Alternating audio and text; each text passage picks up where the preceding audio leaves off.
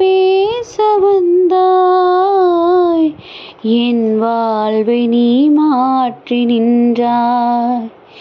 என் தெய்வமே, என் தெய்வமே, நீ இன்றி நான் இல்லையே, உன் நினைவின்றி வாழ்வில்லையே.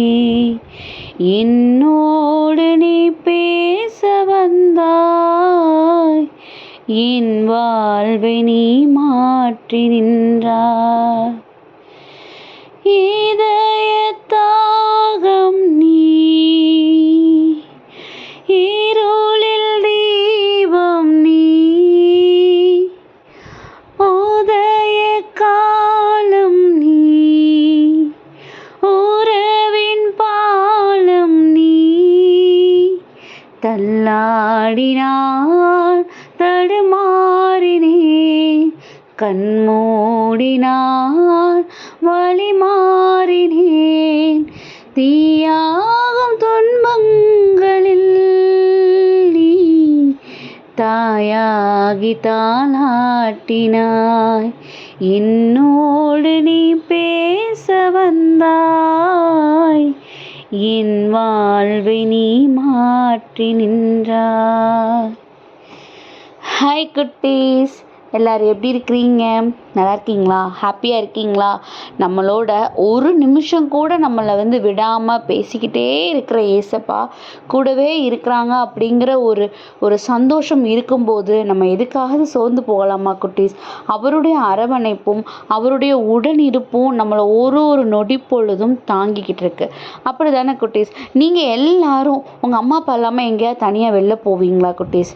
நமக்கு என்ன இருக்கும்? நமக்கு பயம் இருக்கும். இதே இது நம்ம அம்மா அப்பா நம்ம கூட இருக்கிறாங்க அப்படின்னா, இல்லை நம்ம கூட நம்மளை பாதுகாப்பாக பார்த்துக்கிறதுக்கு பெரியவங்க யாராவது இருக்காங்க அப்படின்னா நம்ம என்ன பண்ணுவோம்? பயப்படாமல் நம்ம ரொம்ப சந்தோஷமாக வெளியில் போவோம். அப்படி தானே குட்டீஸ்? எதை குறித்து கவலைப்பட மாட்டோம். ஏன்னா எல்லாத்தையும் நம்ம கூட வர்ற அவங்க பார்த்துக்குவாங்க. நம்ம எதையும் குறித்து பயப்பட வேணாம். இதே இது நம்மளே தெரியாமல் எங்கேயோ வெளில போயிட்டோம், தனியாக இருக்கிறோம் அப்படின்னா என்ன பண்ணுவோம்? என்ன நடந்தாலும் அதில் நமக்கு ஒரு பயம் இருக்கும். அப்படி தானே?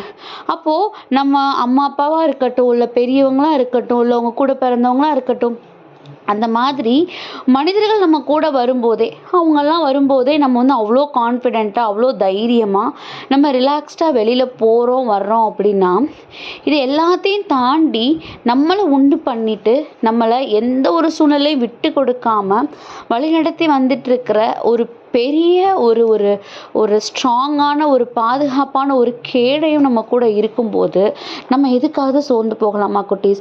இந்த லைஃப்பை நம்ம நினச்சிட்ருக்குறோம், நம்ம தனியாக தான் இதை பயணிச்சிட்ருக்குறோம், நமக்குரிய சோர்வுகள் எல்லாத்தையும் நம்ம தனியாக தான் சந்திச்சிட்ருக்குறோம் அப்படின்னு நம்ம நினச்சிட்ருக்குறோம். ஆனால் நம்ம தனியான ஆள் கிடையாது. அதுதான் இன்றைக்கி இந்த பாடல் வழியாகவும், எனக்கு என்ன பிரச்சனை வந்தாலும் என்னை ஓடி தாயாகி தாளாட்டுறதுக்கு என் கூட நீங்கள் இருக்கீங்க டாடி, நான் எதுக்கும் சோர்ந்து போக மாட்டேன், எதை குறித்து நான் கவலைப்பட மாட்டேன்னு நம்ம உறுதியாக ஸ்ட்ராங்காக நம்பிக்கையாக நம்ம போய் அடைக்கலம் போகக்கூடிய ஒரு இடம் இருக்குது அப்படின்னா அது ஏசப்பா தான். ஆனால் அந்த உண்மையை நம்ம என்ன பண்ணிக்கிடணும்? புரிஞ்சுக்கிட்டாலும் கூட நம்மள நிறைய பேர் என்ன பண்ணுவோம்? சோதனை வரும்போது பதறி போய் நம்ம கண்ணீர் வடித்து அப்படியே எல்லாம் முடிஞ்சு போன மாதிரி நம்ம நினைப்போம். அப்படி தானே குட்டீஸ்? கண்டிப்பாக நம்ம எப்பயும் சோர்ந்து போகக்கூடாது, அவருடைய கரம் நம்மளோட இருக்கும்போது. இன்றைக்கும் எரேமியா 29:13 படியாக சொல்கிறாரு, உங்கள் முழு இருதயத்தோடும் என்னை தேடினீர்களானால் என்னை தேடுகையில் கண்டுபிடிப்பீர்கள்.